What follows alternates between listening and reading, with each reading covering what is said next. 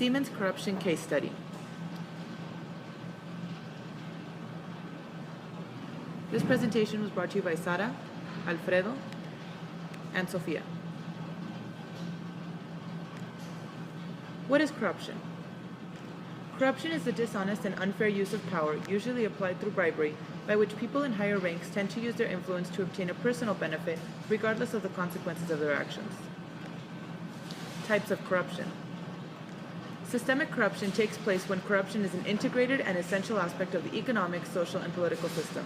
It takes place when major institutions and processes of the state are routinely dominated and used by corrupt individuals or groups, and in which most people have no alternatives to dealing with corrupt officials. Sporadic or individual corruption, on the other hand, occurs irregularly, and therefore it does not threaten the mechanisms of control nor the economy as such. Political corruption is when the laws and regulations are abused, sidestepped, ignored, or even tailored by the rulers to fit their interests. There are two types of political corruption. Grand corruption takes place at high levels of the political system, when politicians and state agents entitled to make and enforce the laws in the name of the people are using this authority to sustain their power, status, and wealth. Petty corruption is the everyday corruption that takes place at the implementation into politics, where the public officials meet the public. Petty corruption refers to the modest sums of money usually involved, and has also been called low-level and street-level to name the kind of corruption that people can experience more or less daily in their encounter with public administration and services like hospitals, schools, local licensing authorities, police, taxing authorities, and so on. Who is harmed by corruption? Corruption is one of the primary obstacles to the economic development of a country.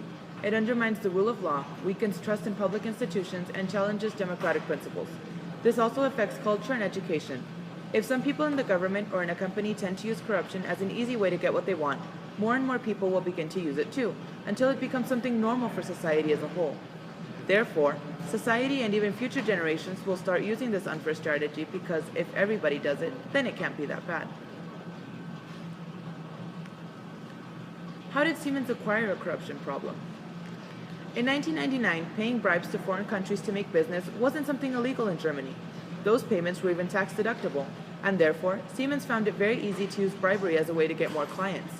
Siemens' corporate culture surrendered to complacency and adopted a corrupted system. As time passed by, these acts became something normal in the high ranks of the company. Even if no one talked about it openly, it was a practice that happened on a daily basis. Sixek, a former Siemens manager, excuses their acts by saying they were trying to make the best for the company, trying not to jeopardize thousands of jobs, making it look like it was their duty or something that had to be done for the good of their employees. What was the cost that Siemens had to pay for this problem? On November 2006, German officers started investigations in Siemens offices and homes in countries all around the world. After only 1 month of recruiting information, the suspicious transactions that were estimated rise from €20 million to €420 million.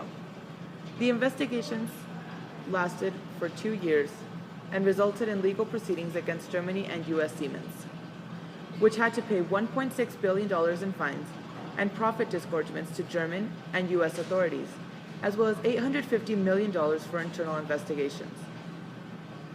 Since enforcing anti-corruption policies, Siemens has seen a positive response from customers because they now focus on offering quality and service value.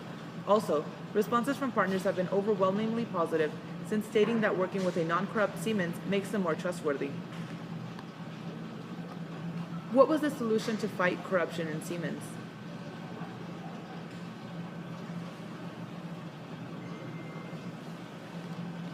Siemens established an amnesty program in 2007 that provided protection to employees willing to come forward and report violations and corrupt actions. The company implemented a new management that issued a series of rules and guidance designed to centralize the process of managing all bank accounts and control over cash or cash equivalents.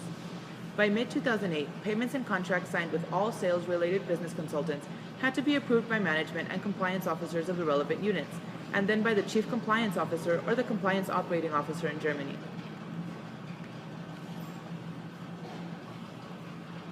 What would you do?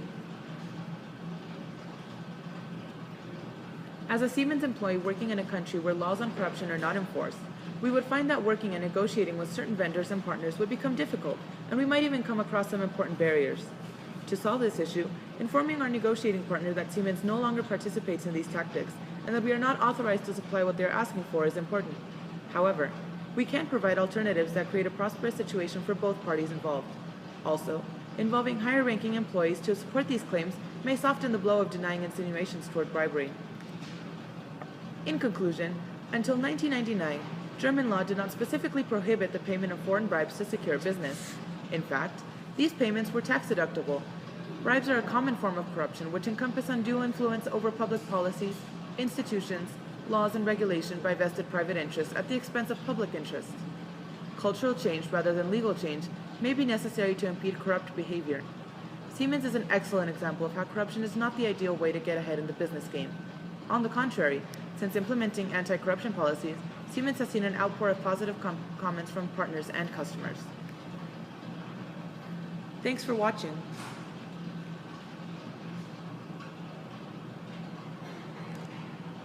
This has been a Siemens corruption case study brought to you by Sara,